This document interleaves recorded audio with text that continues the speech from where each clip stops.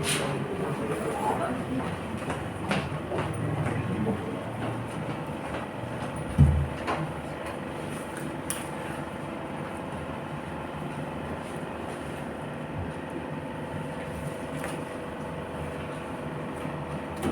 shalom, selamat pagi Bapak Ibu yang terkasih dalam Tuhan Yesus.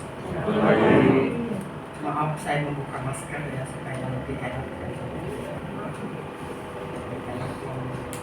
membawakan liturgi. Ya, sebelum kita memulai ibadah kita, lihat pengumuman dulu, HP di silent atau jangan kalau semasa ibadah supaya jangan mendengar bicara, supaya kita khusus untuk menyembah Tuhan, memuji Tuhan, dan kita membuka hati kita untuk menerima firman Tuhan yang disampaikan hari ini oleh contoh Ismail. Ya, sebelum kita memulai ibadah kita, mari saya silakan Bapak Ibu untuk kami sadat teduh sejenak untuk mohon pimpinan dari Tuhan.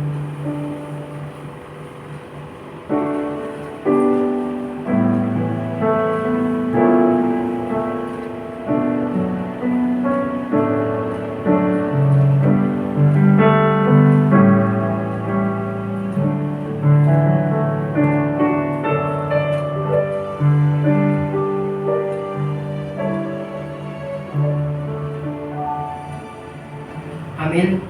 Mari saudara untuk berdiri, kita nyanyikan satu lagu Makin Dekat, Lebih Dekat Kepadamu.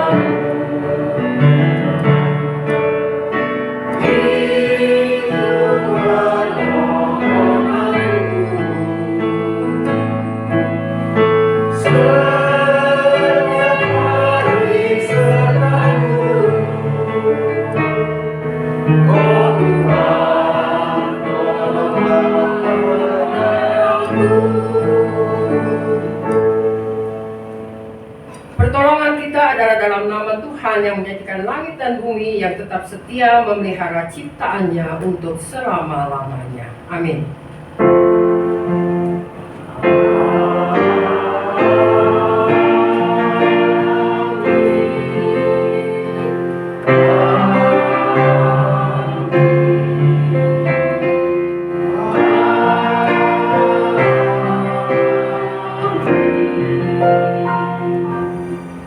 Kasih karunia dan damai sejahtera dari Allah Bapa kita dan dari Tuhan kita Yesus Kristus menyertai saudara sekalian.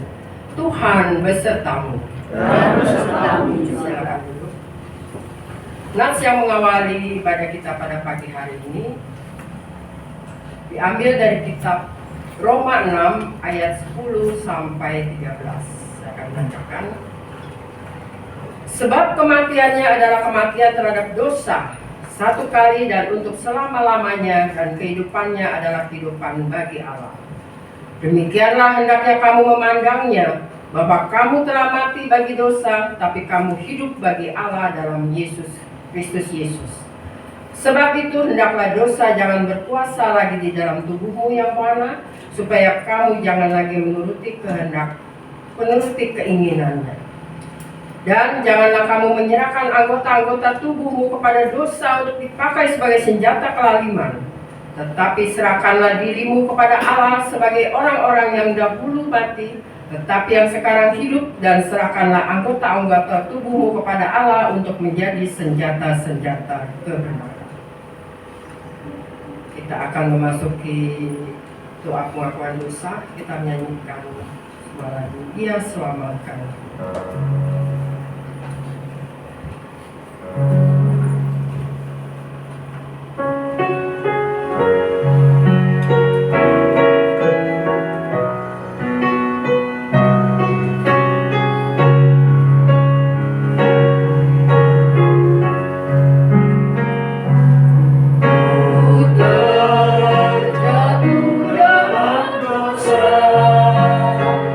Jauh dari jauh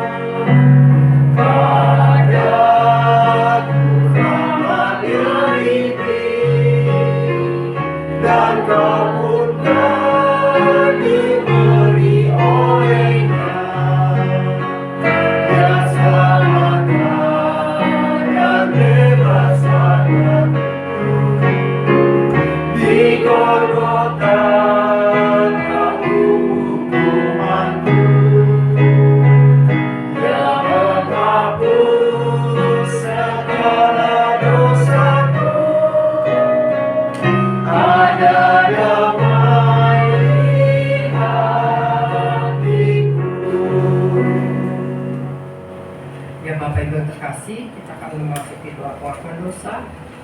Kita ambil satu sejenak untuk kita mengakui segala dosa-dosa kita. Mungkin kita melakukan dalam sengaja maupun tidak sengaja.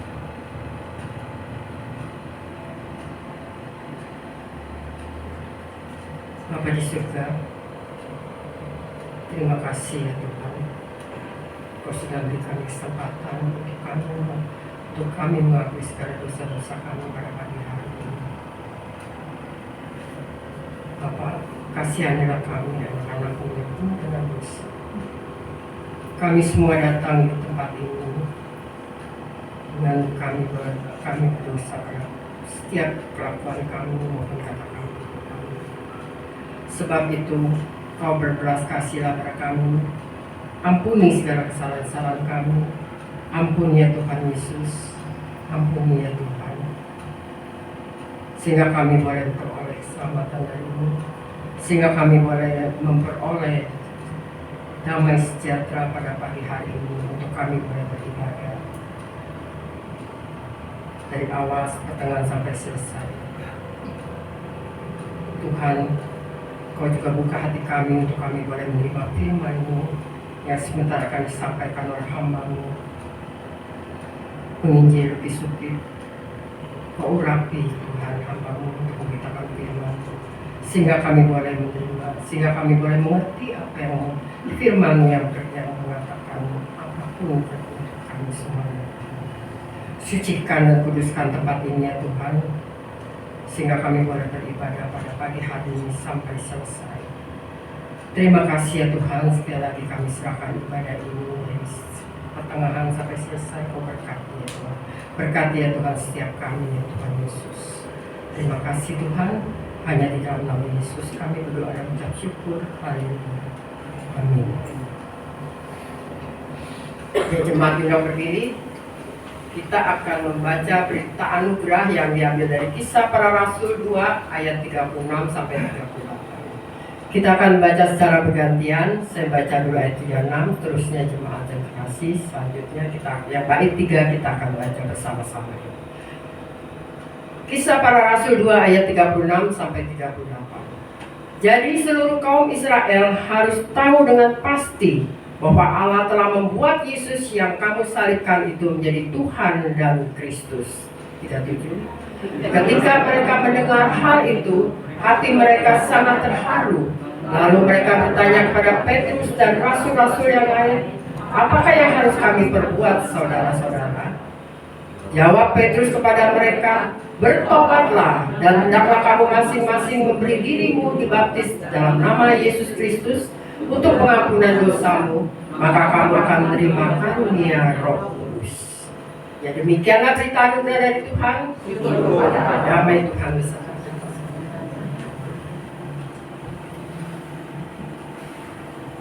Ya, kita akan menyanyikan Bila Bukan Kasih Tuhan dari nomor 63 dari KPK.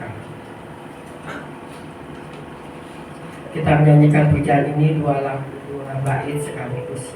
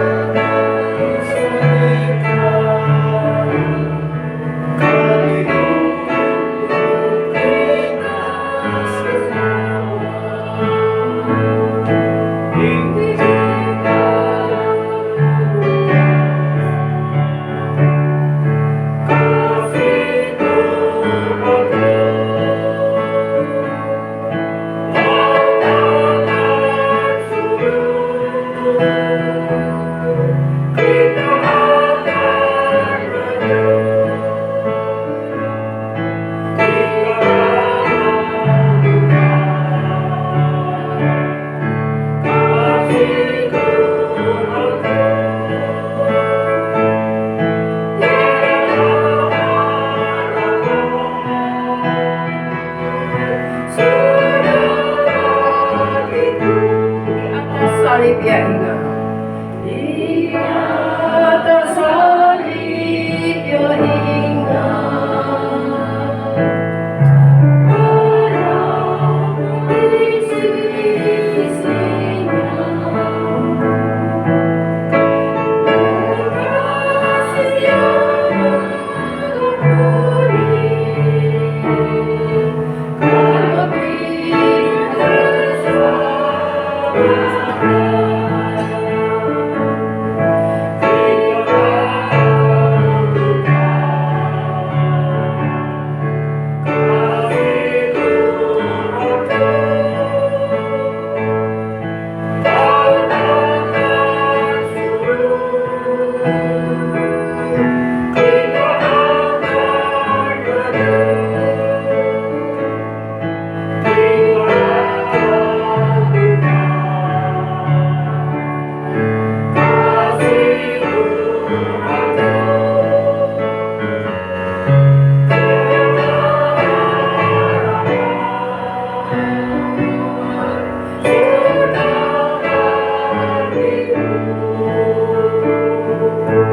Ya jemaat, silakan duduk kembali.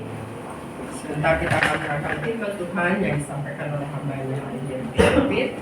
Tapi sebelumnya kita akan mendengarkan pujian dari trio Emi Ami. Terima kasih.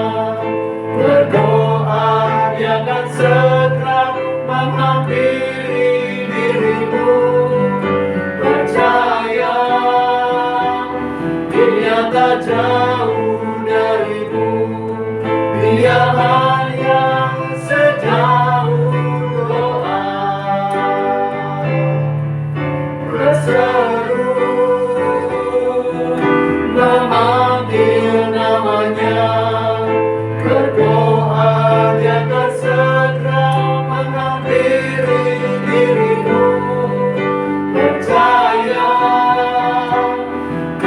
tak jauh darimu. Dia hanya sejauh doa. Dia hanya sejauh doa. Dia hanya sejauh doa.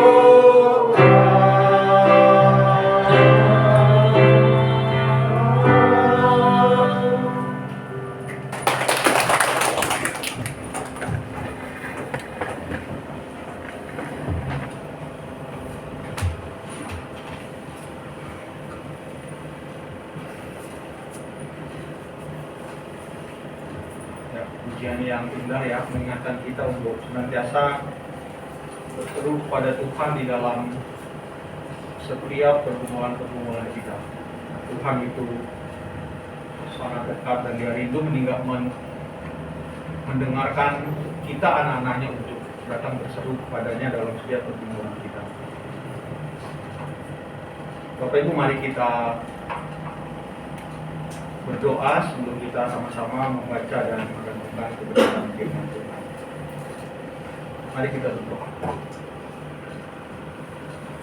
Tuhan, kami sungguh bersyukur karena pagi hari ini kami masih diberikan kesempatan oleh Tuhan untuk kami datang bersekutu, beribadah bersama-sama dengan saudara-saudara kami seiman, dengan orang-orang yang percaya kepada Tuhan, dengan orang-orang yang sudah ditebus oleh darah-Mu.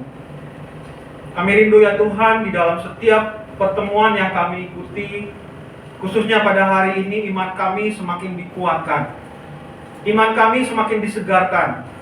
Terlebih ketika kami bersama-sama merenungkan kebenaran firman-Mu, firman Tuhan yang kekal, yang memberikan kehidupan bagi kami, yang memampukan kami untuk menjalani kehidupan yang sulit, yang penuh dengan tantangan.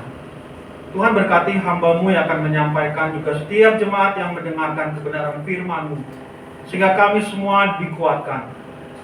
Hanya di dalam nama Tuhan Yesus kami menyerahkan waktu pemberitaan firman-Mu. Amin. Bapak Ibu, hari ini kita akan bersama-sama merenungkan satu tema, kematian Kristus Yesus yang mendamaikan. Bagian firman Tuhan yang diambil yaitu dari surat Roma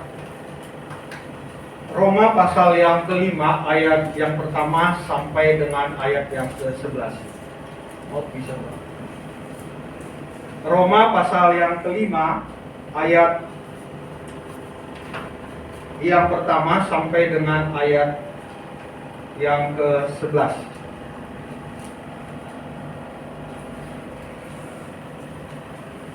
Mari Bapak Ibu, saya ajak kita baca bergantian.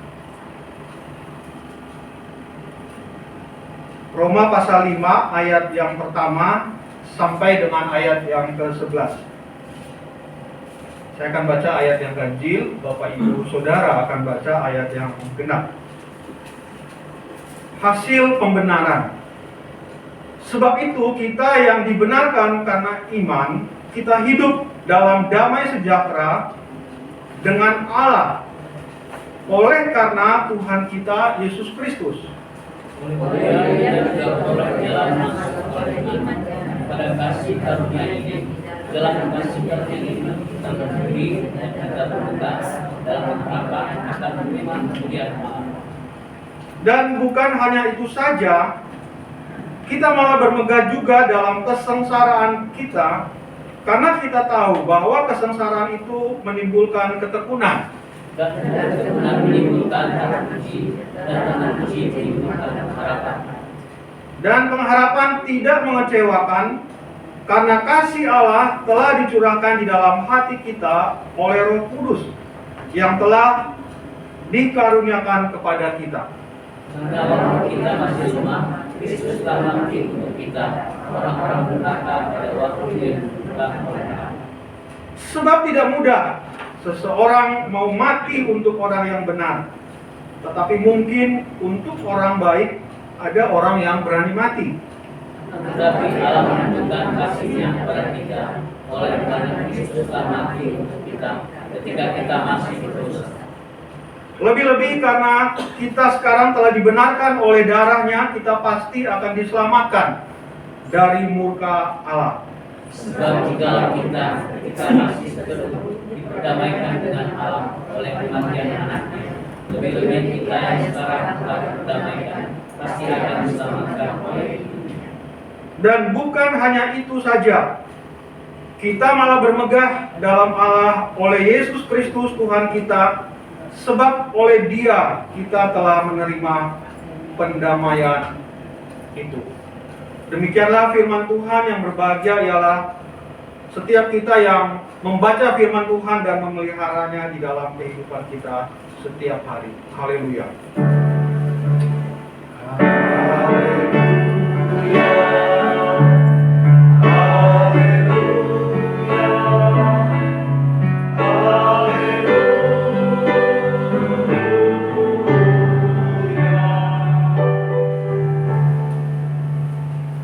Selamat pagi Bapak Ibu Saudara yang saya kasih dalam Tuhan. Shalom. Ya, sebelum saya menguraikan kebenaran firman Tuhan pagi hari ini, saya dapat pesan dari Buksu baru tadi pagi. Baru ingatkan hari ini ada kita merayakan Mother's Day ya. Mother's Day.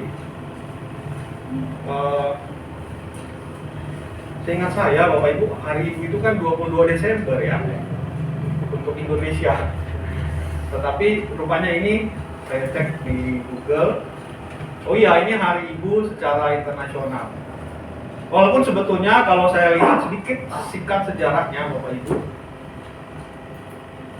itu pertama terjadi di Amerika Serikat. Ya. Kalau hari Ibu di Indonesia apa bedanya?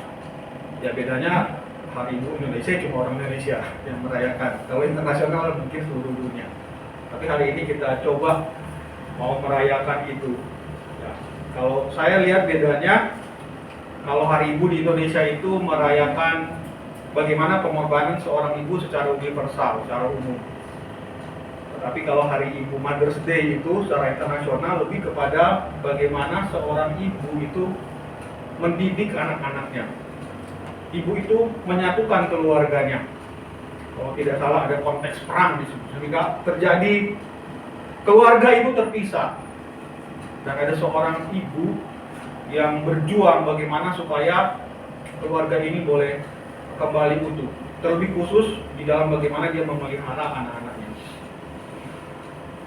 Nah Bapak Ibu, terus terang saja karena saya tidak menyiapkan khusus untuk tema hari Ibu, dan kalau saya mencoba kaitkan, karena saya percaya ya firman Tuhan bisa saja dikaitkan dengan banyak hal di dalam hidup ini, khususnya berkaitan dengan seorang ibu. Saya kira seorang ibu itu yang paling menonjol ya dalam hidup dia itu adalah bagaimana dia berkorban, bukan? Khususnya bagi anak-anaknya. Kalau lihat di mall-mall, di food court atau di restoran, kita lihat kan kalau lagi makan, kalau ada seorang ibu masih punya bayi, biasanya yang didahulukan siapa? Pasti anaknya ya. Dia akan sibuk kasih makan dulu anaknya, baru ibu itu makan. Ya, luar biasa ya seorang ibu. Kemudian ketika membesarkan anak-anaknya, banyak sekali pengorbanan tenaga, bahkan emosi ya, bahkan pikiran itu dikeluarkan sedemikian rupa. Apalagi kalau seorang ibu harus membesarkan anaknya sendiri. Maksudnya di sini misalnya suaminya sudah meninggal. Kemarin Bapak Ibu saya membesuk anak kami, ada satu anak kelas 2 SD, satu anak kelas 6 SD. Saya dikabari, Pak, kita membesuk anak, papanya meninggal. Ya, ada satu penyakit yang sebetulnya jarang orang katanya di bagian darahnya, jadi sehingga bisa dikatakan dia meninggal itu cukup mendadak. Anaknya masih kecil Bapak Ibu. Ya, selalu pikiran saya masih kecil ya. Berarti beban itu sekarang akan ke siapa Bapak Ibu? Akan ke mamanya kan, ke ibunya. Ya, dan saya kira bukan sepanjang saya melayani di sekolah sekarang saya layani, mungkin sudah lebih dari, sudah hampir 10 Bapak Ibu, saya ke rumah duka. Dan yang meninggal itu adalah ayahnya. Ya, saya nggak tahu ya kalau istrinya itu menikah lagi itu lagi ceritanya. Tapi kalau dia tetap harus dengan sendiri menanggung anak-anaknya, ini kan saya kira cukup berat di Jakarta. Apalagi kalau mungkin tidak punya pekerjaan, saya kira anak masih sekolah, itu sesuatu yang saya kira sangat sulit kan untuk bagaimana bisa mendidik anak-anak ini sampai mereka besar, sampai bisa mereka meraih apa yang anak-anak ini cita-citakan. Itu tidak mudah. Itulah seorang ibu, Bapak Ibu. Saya kira di sini ada anak-anak juga kan, ada anak remaja, ada sekolah minggu remaja. Mari yang masih punya mama, kita menghargai orang tua kita ya. Karena cukup besar pengorbanan mereka. Ya, tidak berarti ayah tidak berkontribusi. Saya kira juga ayah itu juga harus berkontribusi Bapak Ibu. Karena saya juga menemukan ada anak-anak yang sebetulnya bisa dibilang fatherless ya. Nah, Bapak Ibu bisa cari sendiri di YouTube atau di Google apa itu fatherless, yaitu ya anak-anak yang kehilangan figur dari ayahnya, entah karena sudah meninggal atau karena ayah itu begitu sibuk dengan pekerjaannya sehingga mereka tidak punya figur lagi untuk dicontohi, khususnya anak-anaknya laki-laki. Jadi sama sebetulnya Bapak Ibu ya, peran seorang ayah dan seorang ibu itu luar biasa yang Tuhan sudah berikan. Nah, hari ini saya memang tidak membahas khusus tentang hari ibu Bapak Ibu, tapi kalau saya coba kaitkan dengan tema yang kita mau renungkan pagi hari ini, sebetulnya apa yang dilakukan oleh Kristus ya, berkorban bagi umatnya, menyerahkan hidupnya, mati di kayu salib. Saya kira apa yang dikerjakan ibu-ibu itu seperti mencontoh harusnya ya pada Kristus. Saya kira setiap orang mencontoh kepada Kristus apa dalam soal berkorban, menyerahkan ya, bahkan menyerahkan dirinya. Nah, saya kira lebih menonjol di sini memang ibu-ibu ya, karena bahkan ibu-ibu itu mungkin berani mati ya, serahkan nyawanya demi anak-anaknya. Dan sudah banyak bukti kita bisa lihat itu ya. Makanya anak-anak di sini kita belajar ya menghargai orang tua kita, khususnya mama kita yang banting tulang ya Bapak Ibu ya, luar biasa. Ya, tadi kita Bapak Ibu sekalian kita sudah baca dari Roma pasal 5 ayat 1 sampai dengan ke-11.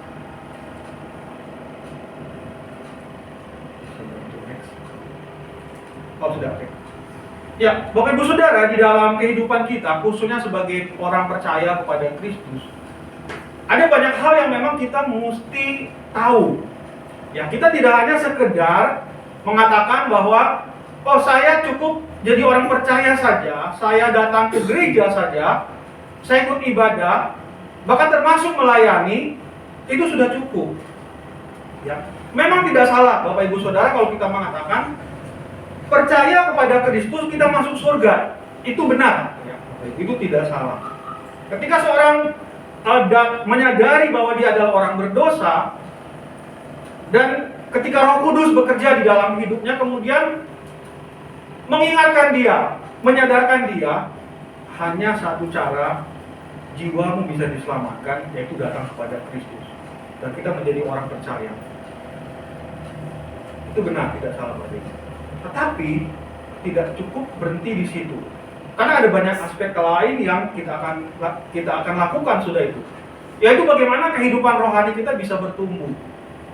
Bagaimana Tuhan juga memanggil kita untuk bisa melayani Tuhan di dalam apapun, baik di gereja ini atau dimanapun Bapak Ibu Saudara ditempatkan oleh Tuhan untuk menjadi saksi Kristus.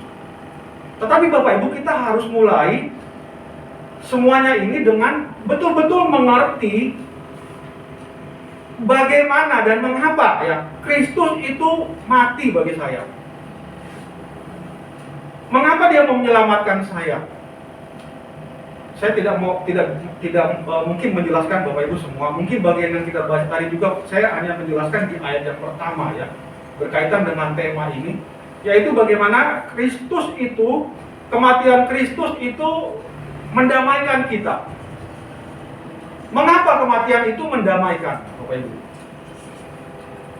Nah, kita kalau baca Roma dari pasal yang pertama, di Roma 1 ayat 18, ada di layar ditampilkan Bapak Ibu, kita lihat Roma 1 ayat 18, dikatakan demikian.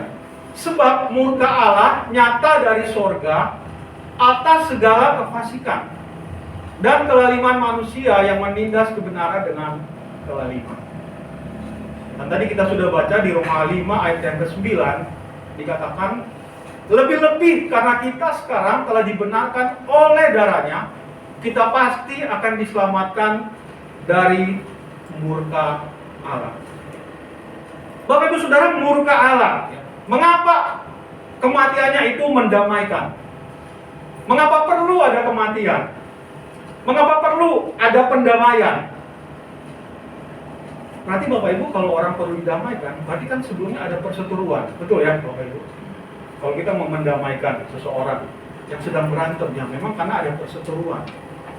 Dan Alkitab dengan jelas mengatakan bahwa setiap manusia, kita manusia yang berdosa, itu adalah musuh Allah. Ketika Adam dan Hawa berdosa di Taman Eden, mereka tidak lagi memiliki persekutuan dengan Allah. Dan itu penggambarannya sangat nyata Bapak Ibu. Jadi mereka harus keluar dari Taman Eden. Walaupun itu masih ada kasih karunia. Mungkin Bapak Ibu kalau Tuhan hari itu, kita juga banyak berpikir kan, hari itu kalau mereka waktu bersalah, berdosa langsung dimatikan oleh Tuhan, bisa saja. Itu pun Tuhan itu usir dari Taman Eden, tetap masih ada kehidupan kan yang Tuhan berikan kepada mereka. Bahkan juga ada pemeliharaan Tuhan. Masih ada anugerah Bapak Ibu, walaupun mereka sudah berdosa. Jadi mengapa perlu ada pendamaian? Karena ada fakta dari akibat dosa itu adalah murka Allah. Dan di dalam Wahyu pasal 14 ayat 19 itu dikatakan, lalu malaikat itu mengayunkan sabitnya ke atas bumi dan memotong buah pohon anggur di bumi dan melemparkannya ke dalam kilangan besar, yaitu murka Allah. Bapak Ibu Saudara, Alkitab baik perjanjian lama maupun perjanjian baru, ketika berbicara tentang dosa manusia, di balik itu ada murka Allah. Dosa itu serius Bapak Ibu. Bukan sesuatu yang hanya sekedar orang melakukan kesalahan. Jadi mengapa perlu ada pendamaian? Karena kita orang berdosa adalah musuh Allah dan berhadapan dengan murka Allah. Tidak ada di orang di dunia ini satupun, dari termasuk saya, kita bebas dari dosa kita. Bapak Ibu sekalian, kita tahu ya, bahkan di dalam hukum Indonesia kita ada KUHP ya, 340. Mungkin kita jarang belajar tentang hukum, tiba-tiba tahu pasal ini kan? Tahu ya Bapak Ibu, pasal ini tentang pembunuhan berencana. Ya, itu sangat serius Bapak Ibu. Barang siapa dengan sengaja, dengan rencana terlebih dahulu merampas nyawa orang lain, diancam karena pembunuhan dengan rencana dengan pidana mati. Bapak Ibu, ini hukum manusia. Bagaimana dengan hukum dari Allah sendiri? Bapak Ibu, ada ya orang sudah divonis hukuman mati kan? Karena apa? Karena dia membunuh. Sebetulnya kan banyak orang yang sudah membunuh. Tetapi ini hukumannya sangat maksimal. Kenapa? Ternyata bisa dibedakan antara orang membunuh tidak sengaja, atau membunuh itu spontan, atau membunuh dengan perencanaan. Tapi apapun itu Bapak Ibu, orang yang melakukan kesalahan itu harus menerima hukuman. Demikian juga ketika kita ingat apa yang terjadi di Taman Eden, di dalam Kejadian 2 ayat 14. Di sana dikatakan Allah berkata kepada Adam, tetapi pohon pengetahuan tentang yang baik dan yang jahat itu janganlah kau makan buahnya, sebab pada hari engkau memakannya pastilah engkau mati. Mirip ya Bapak Ibu dengan hukuman KUHP kita. Saya percaya ada yang bilang kan hukum kita hukum dari Belanda, hukum dari Eropa. Dan hukum Eropa itu sebetulnya produk dari negara-negara Kristen yang sebetulnya semuanya diambil dari 10 hukum. Sehingga membunuh itu sesuatu yang serius Bapak Ibu. Adam dan Hawa tidak membunuh memang, Tetapi Adam dan Hawa itu melanggar perintah Allah. Itu sama saja. Kita mungkin bukan orang kriminal kan? Kalau kita, apakah saya berdosa? Kalau cuma dilihat dari secara kriminal, tidak, kita tidak berbuat kriminal. Tapi kita di hadapan Tuhan adalah orang-orang yang berdosa. Ketika Allah berbicara kepada Adam dan memberikan satu pernyataan akan hukumnya dari Allah sendiri, kalau bisa dikatakan ini hukum yang pertama, mungkin ya, di dalam Alkitab. Itu Allah mengatakan, kalau engkau memakannya, pastilah engkau mati. Mungkin kita bilang, kok Adam dan Hawa nggak langsung mati? Memang Bapak Ibu, mungkin masih ada ya, Alkitab menceritakan Adam dan Hawa itu masih hidup bahkan ratusan tahun. Sesudah mereka pertama kali makan buah pohon yang dilarang oleh Tuhan. Tetapi ada kematian yang terjadi di situ adalah mereka mati secara rohani. Bapak Ibu, ini kematian yang sangat serius. Kematian rohani artinya orang itu terpisah dari Allah. Dan tadi kalau kita baca di kitab Wahyu tadi, berbicara tentang muka Allah, Wahyu itu menggambarkan satu hari kelak ya, seluruh orang di dunia ini akan dikumpulkan. Ini kan disebut masa penuaian. Bapak Ibu kalau bisa baca ya Wahyu 14, di mana sang raja itu akan datang. Kita mengenalnya dengan kedatangan Kristus yang kedua kali. Dia tidak datang lagi untuk memberikan keselamatan, memberikan anugerah pada yang percaya. Tetapi dia akan datang sebagai hakim. Dan dia akan menghakimi semua orang yang ada di dunia ini. Dan di situ digambarkan seperti anggur yang dikumpulkan di satu kilangan. Bapak Ibu zaman dulu, jadi Wahyu itu mengambil satu kebiasaan yang dilakukan oleh orang zaman dulu ketika panen anggur. Apa yang mereka lakukan? Anggur itu kemudian dimasukkan ke dalam kilangan yang besar, kemudian yang dilakukan adalah menginjak-injak anggur itu. Mungkin sampai sekarang Bapak Ibu ya, kita agak jijik mungkin menggambarkan, tapi orang dulu bisa cari sendiri ya, di internet infonya saya kira banyak. Bagaimana orang membuat anggur itu diinjak-injak untuk mengeluarkan sari dari anggur itu. Artinya apa Bapak Ibu? Menginjak-injak ini digambarkan oleh penulis Wahyu ini, itulah tindakan Allah atas orang berdosa untuk menunjukkan murkanya kepada orang yang berdosa. Sehingga Bapak Ibu sekalian, hukuman ini serius. Hukuman kebinasaan bagi orang yang melakukan dosa di hadapan Tuhan itu sesuatu yang serius. Kita selalu, ayat yang paling kita ingat adalah Yohanes 3 ayat 16. Iya kan? Bunyinya apa Bapak Ibu? Karena begitu besar kasih Allah. Ini menghibur sekali kan? Tapi jarang kita ada kalimat berikutnya apa? Sehingga ia mengaruniakan anaknya yang tunggal, supaya setiap orang yang percaya kepadanya tidak binasa. Ini kadang-kadang kita lewat ya. Ada kata binasa, ada kasih Allah, ada kebinasaan. Bagi orang yang percaya kepadanya, dia tidak binasa. Tidak dijelaskan secara khusus di situ pengkalimatannya. Sebetulnya artinya kan, berarti kalau orang nggak percaya kepada dia, artinya apa? Artinya dia mengalami kebinasaan. Itulah kematian yang kedua.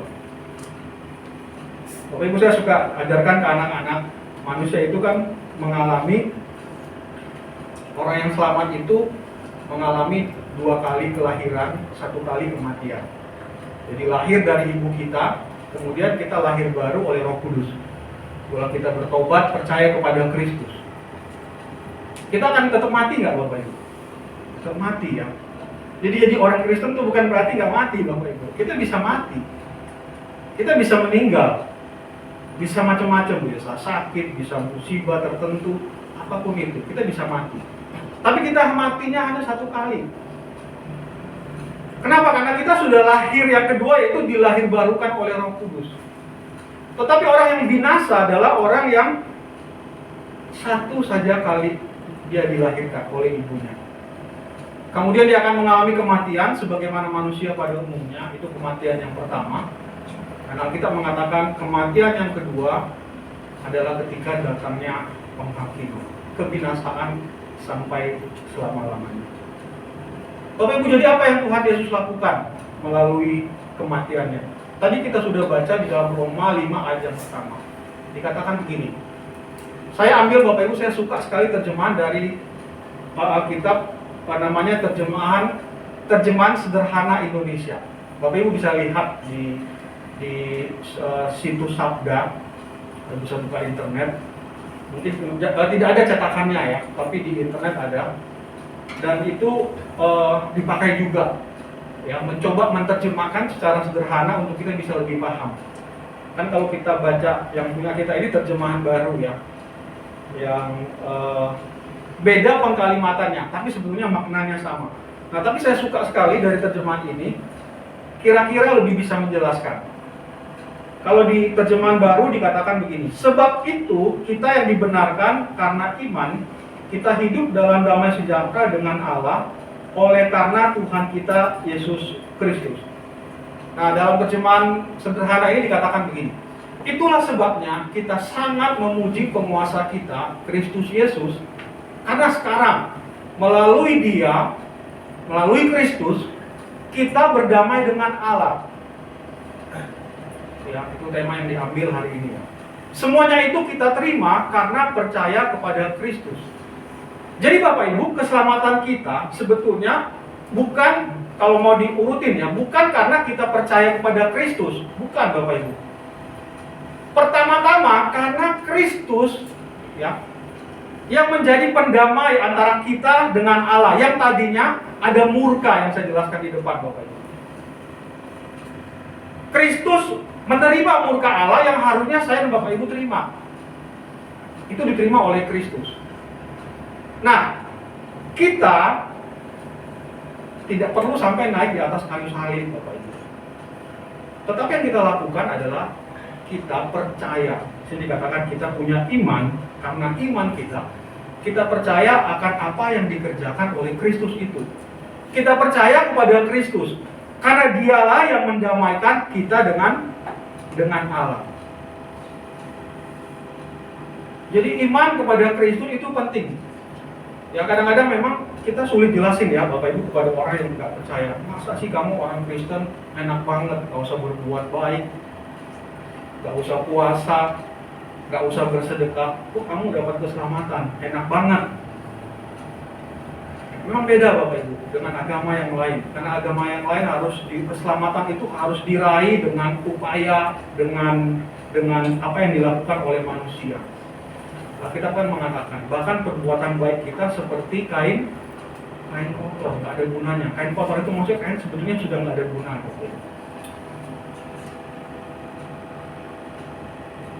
Jadi kita bisa diperdamaikan dengan Allah karena apa yang dikerjakan oleh Kristus. Tadinya saya dan Bapak Ibu sekalian adalah orang yang harusnya dimurkai oleh Allah. Yang di dalam kitab Wahyu itu dikatakan seperti anggur di dalam kilangan yang diinjak-injak. Ya, diremukkan kan, dihancurkan. Kita harus terima murka itu. Itulah akibat dosa yang sebetulnya sampai kita mati pun saya yakin kita sebetulnya nggak bisa ya sampai merasakan apa yang dirasakan Kristus di salib. Biasanya mungkin kita nangis ketika nonton film The Passion. Sekarang kalau pasca saya jarang pakai film The Passion karena rupanya satu kali saya putar film The Passion waktu saya ngajar ya, bukan di khotbah. Tiba-tiba anak saya, murid saya bilang begini, Pak, boleh nggak saya nggak nonton? Boleh, kenapa? Tapi saya tanya, kenapa kamu nggak pengen? Jadi waktu mau nonton dia mau begini, maksudnya nggak mau lihat lah. Boleh nggak saya tahu kenapa kamu nggak pengen nonton itu? Bukan karena dia nggak suka dengan Kristus, bukan, dengan orang Kristen, bukan Bapak. Saya lupa anak ini Buddha apa Kristen. Ternyata dia bilang begini, karena gini Pak, saya nggak tahan lihat darah.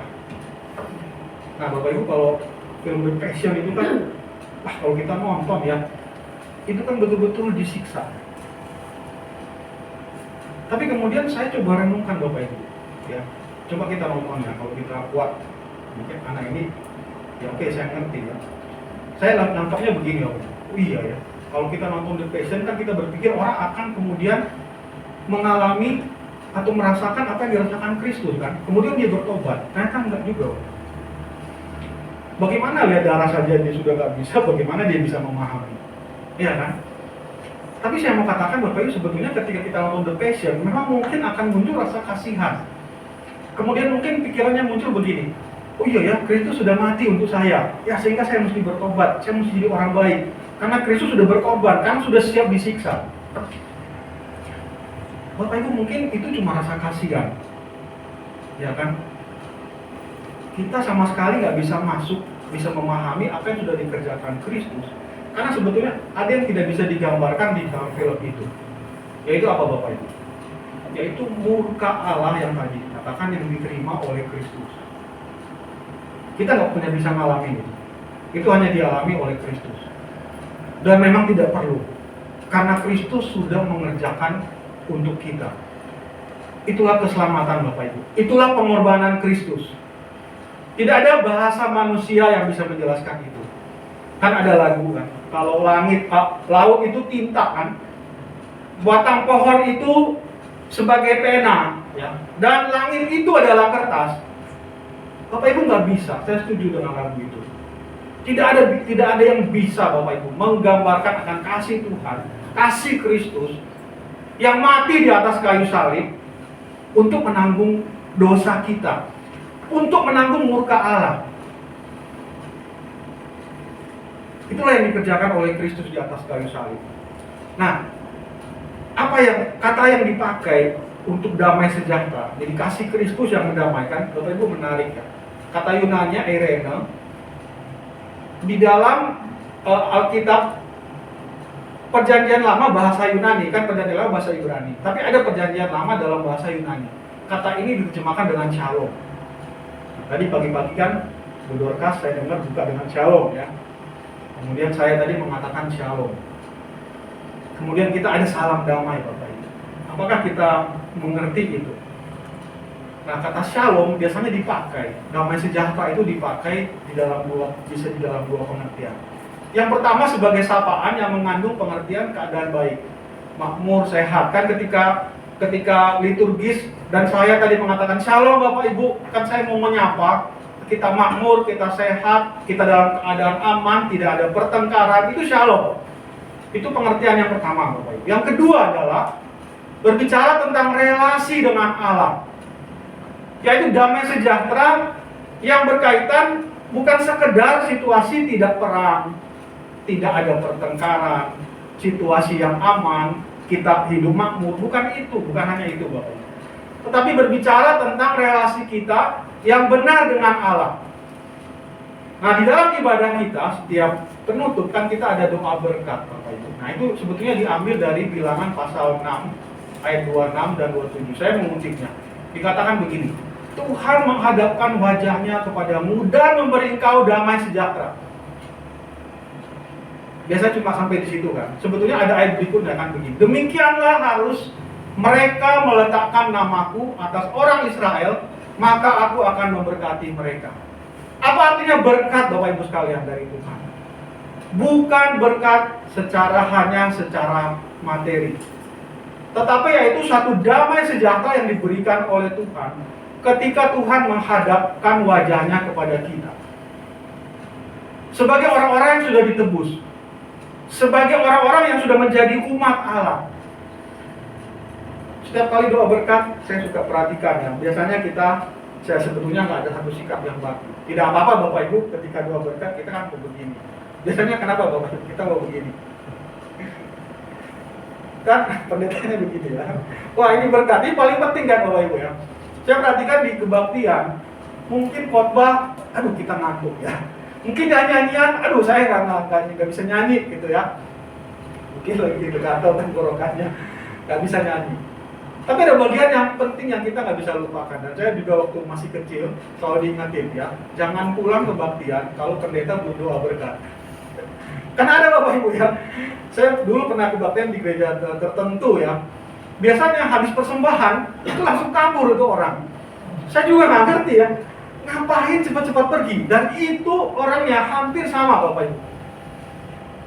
Saya pikir apa dia ada kerjaan, mungkin dia sudah kebaktian. Atau mungkin takut parkirnya, karena gereja yang saya maksud itu adalah memang rata-rata bawa mobil ya, cukup gereja besar. Mungkin memang kalau keluar bisa lama. Ya tapi saya nggak bisa menghakimi ya. Kenapa? Tapi kenapa setiap minggu ya?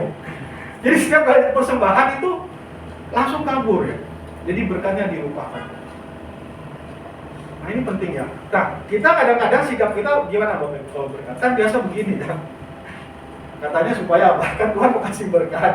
Jadi saya terima gitu. Ya kan?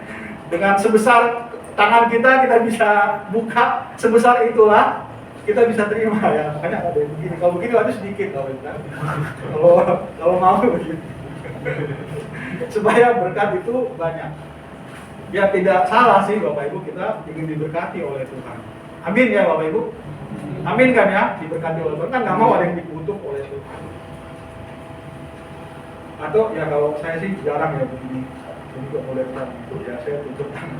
Kalau begini nggak dapat ya. Ya kan? Makanya saya lupa siapa yang ngomong ya. Kenapa orang Kristen kaya-kaya katanya? Karena mereka kalau minta begini kan ya. Kalau agama lain kan begini, ya nggak dapat. Atau begini apalagi ya. Sudah ditutup tangannya. Dari mana masuk berkatnya? Ya itu cuma gestur tubuh kan Bapak Ibu ya. Sebenarnya nggak masalah sih kita mau. Karena kita yang menunjukkan sikap kita melalui tubuh kita, nggak jadi masalah. Jadi jangan nanti sudah berkat Bapak Ibu, wah nggak begini ya.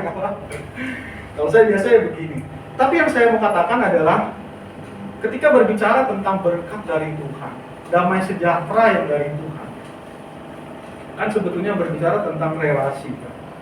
Nama Tuhan itu mereka harus meletakkan nama Tuhan di tengah-tengah bangsa Israel.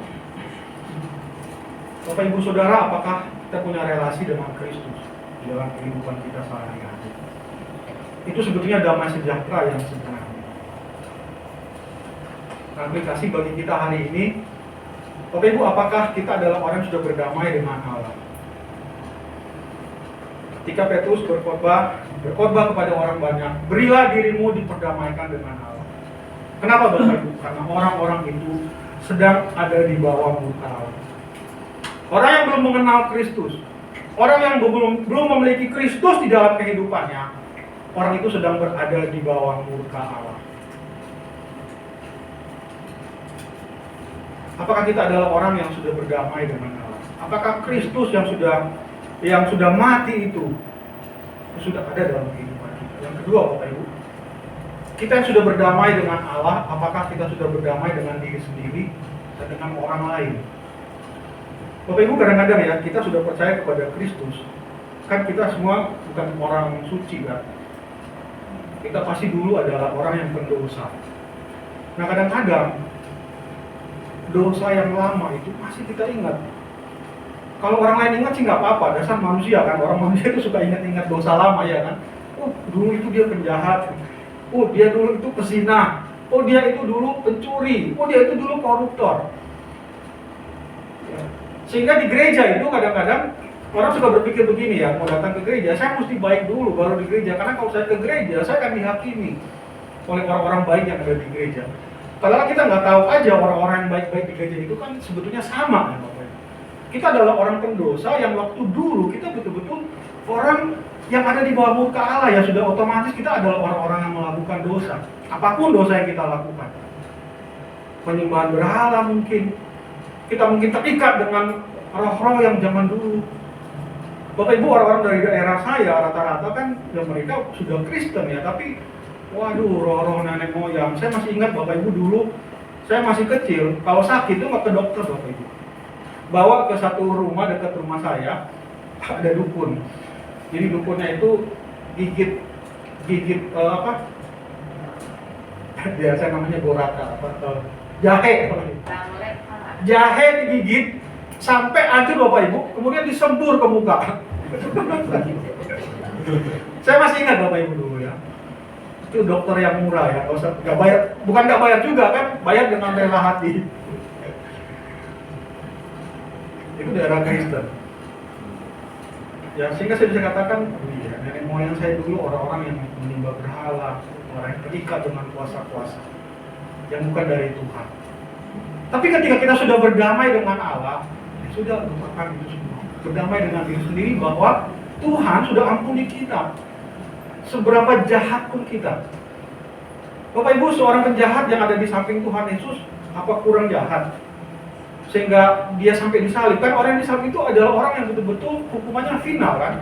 Sama kayak kita, pasal 340 itu kan, hukuman mati. Kurang sadis apa ya Bapak Ibu? Ya orang-orang yang membunuh orang dengan sengaja. Tapi kan dia diampuni. Nah kita ya, dia sudah langsung meninggal sih ya, masih bersama dengan Kristus kan, penjahat yang di samping. Kita masih hidup. Kadang-kadang hidup kita, kenapa kerohanian kita tidak bertumbuh? Karena iblis selalu sepertinya selalu menuduh kita dengan dosa yang pernah kita lakukan di masa lalu. Sehingga kita meragukan apa yang sudah dikerjakan oleh Kristus. Padahal pengampunan yang diberikan oleh Kristus satu kali untuk selama-lamanya. Dosa-dosa kita dahulu, sekarang, dan nanti itu yang dikerjakan oleh Kristus di atas kayu salib. Yang terakhir Bapak Ibu, di dalam menghadapi krisis, apakah kita mengalami damai sejahtera? Kita yang sudah diperdamaikan dengan Kristus, kita yang hidupnya sudah bersama-sama dengan Kristus. Bapak Ibu, saya mau tutup khotbah saya ini dengan satu cerita ya. Bagaimana ada seorang yang ternyata ketika menghadapi krisis, dia bisa menghadapi dengan damai sejahtera. Paling tidak dari pengamatan saya secara luar. Jadi saya punya seorang teman ya, dia itu dalam tubuhnya, tadi saya minta izin ke dia ya. Saya bilang, saya izin ya cerita kamu. Jadi kemarin bulan lalu ya, saya ketemu dia datang ke tempat saya kerja. Ya dia sharing tentang, sebetulnya saya sudah lama kenal, tahu tentang apa yang dia alami. Cuma saya baru tahu hari itu Bapak Ibu. Apa yang dia alami ya. Jadi dia ini kena kanker. Kankernya itu cuma satu. Ya, ada kanker rahim, 2 hidung telur, kanker hidung telur, getah bening, serviks, paru, payudara, dan kelenjar. Lebih dari 5 ya. Dan dia hal yang ketika dia cerita Bapak Ibu ya, saya kok nggak nangkep gini ya Bapak Ibu. Kalau kena kanker biasa apa yang kita cerita?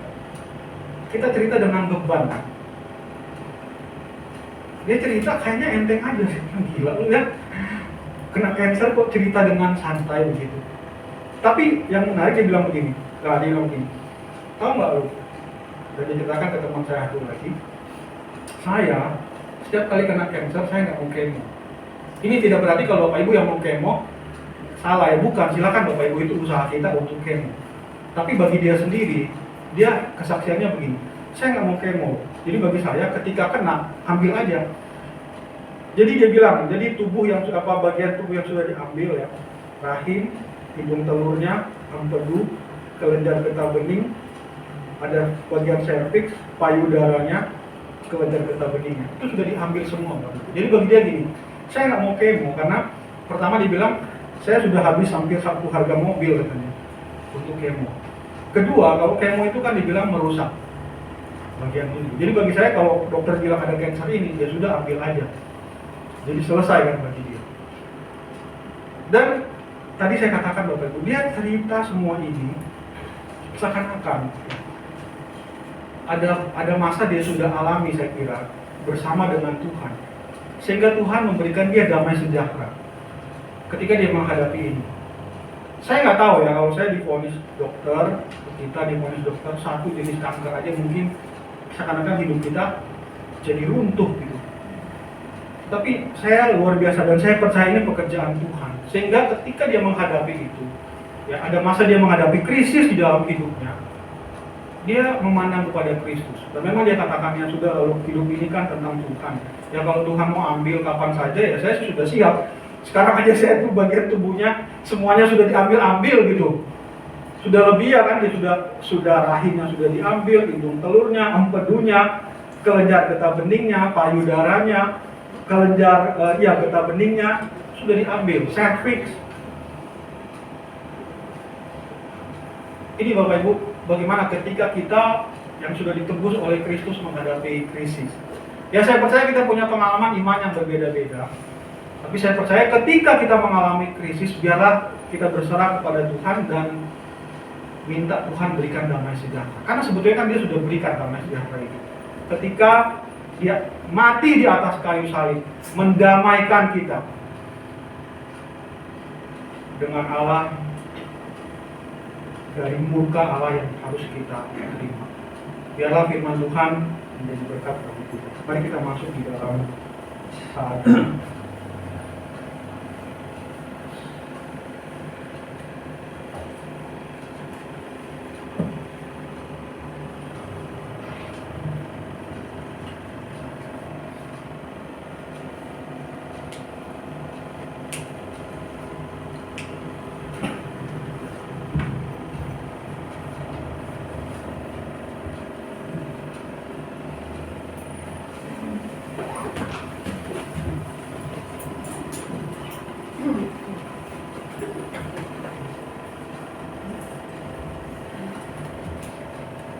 Marilah kita bersama dengan umat Allah di masa lalu, masa kini, dan masa depan, mengingat pengakuan kepada baptisan kita menurut pengakuan Tuhan berhasil.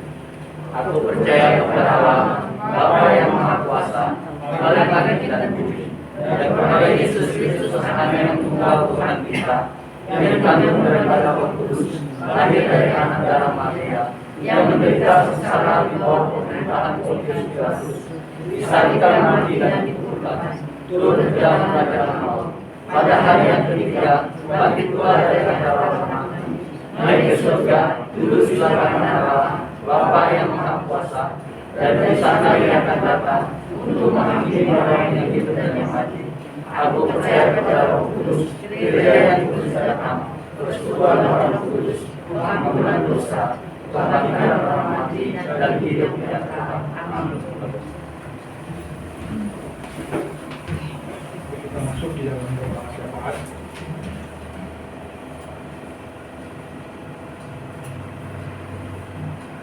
Tuhan, biarlah firman-Mu yang sudah kami baca dan kami renungkan akan tertanam di dalam hati kami, dan firman-Mu itu menguatkan kami, mengingatkan kami tentang bagaimana Kristus telah mati bagi kami, mendamaikan kami dengan Allah dari murka yang akan kami hadapi karena dosa-dosa kami sebagai manusia berdosa.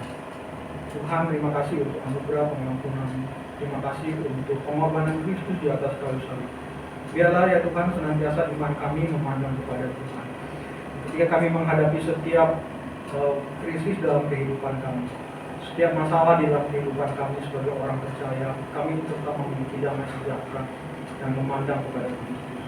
Bapa di surga, dalam kesempatan ibadah ini, kami bersama-sama mau berdoa untuk setiap pergumulan-pergumulan yang ada di dalam jemaat, sakit penyakit, relasi dalam keluarga, di dalam gereja, juga di dalam pekerjaan, dalam usaha, dalam mendidik anak-anak. Tuhan, kami mengalami banyak tantangan, tapi biarlah seperti firman-Mu sudah menghiburkan kami, sudah menguatkan kami.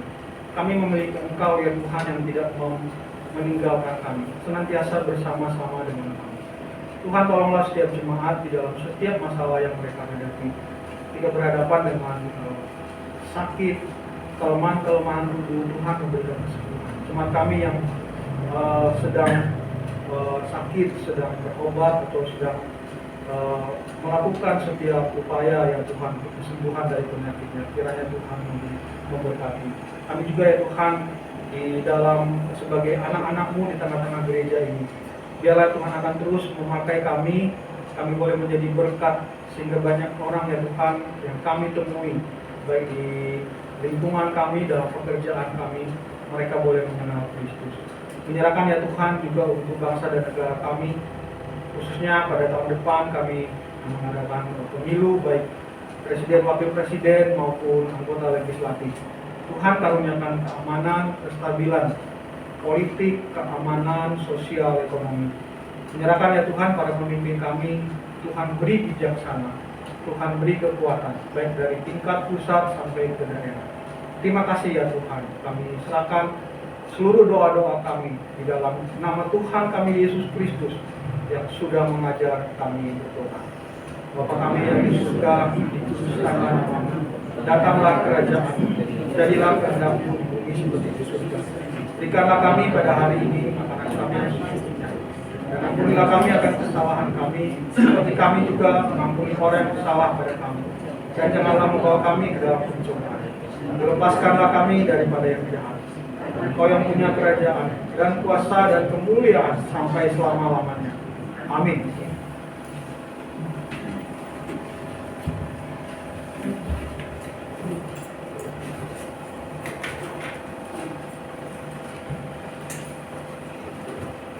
Ya, amin dan puji Tuhan kita sudah mendengarkan firman Tuhan hari ini. Sebelum kita menyelesaikan ibadah kita, mungkin kita akan menyambut saudara kita yang baru datang. Boleh persilakan diperkenalkan namanya. Saya lihat ada jemaat yang baru. Namanya siapa? Namanya boleh sebutkan namanya biar teman-teman kita boleh mengenal, dan kalau bisa di mana alamatnya. Ya, saya silakan. Nama saya Mercy. Namanya singkat sekali. Saya tinggal di Ruko Ratimas. Biasanya saya ibadah di Jakarta. Jemaat di Jakarta. Sekarang tinggal di Ratimas. Ya. Ya, kita mengucapkan selamat datang kepada Bu. Sekiranya kalau belum ada gereja yang tetap atau sedang ini, boleh kita welcome untuk bertemu kembali di minggu depan. Dan nanti hari Kamis kita ada ibadah kenaikan Tuhan Yesus di sini juga. Terima kasih. Kita berdoa. Nanti kalau sudah selesai ibadah, boleh saling berkenalan ya dengan jemaat yang lain. Terima kasih. Ya, kita akan segera memasuki persembahan. Nah, persembahan pada hari ini diambil dari kitab Matius 10 ayat 42. Dan barang siapa memberi air sejuk secangkir saja pun kepada salah seorang yang kecil ini karena ia muridku, aku berkata kepadamu, sesungguhnya ia tidak akan kehilangan upahnya daripadanya. Kita akan menyanyikan pujian persembahan, bawa persembahanmu.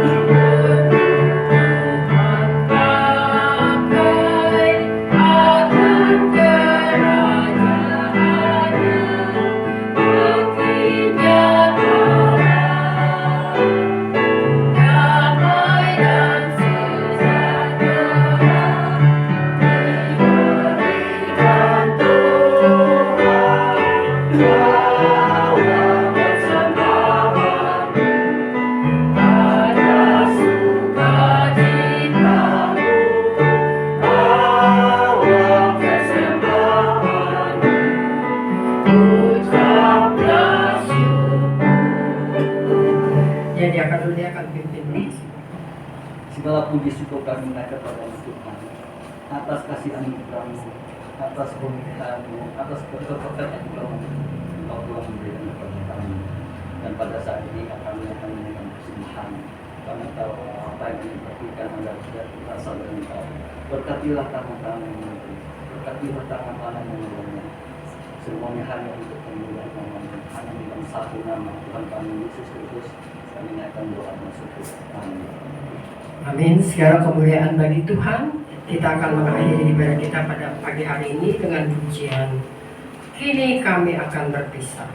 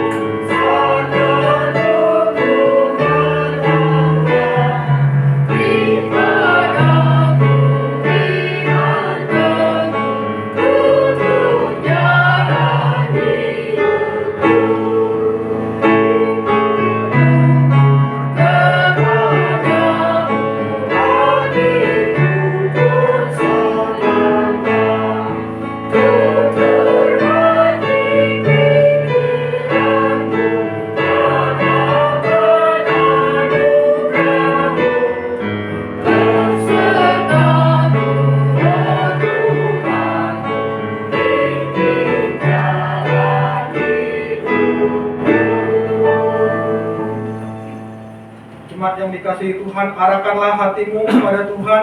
Kami menyerahkan kami kepada Tuhan. Jadilah saksi Kristus. Syukur kepada Allah. Terpujilah Tuhan. Kini dan selamanya. Terimalah berkat Tuhan, anugerah Tuhan Yesus Kristus dan kasih Allah dan persekutuan Roh Kudus beserta saudara sekalian mulai hari ini sampai selama-lamanya.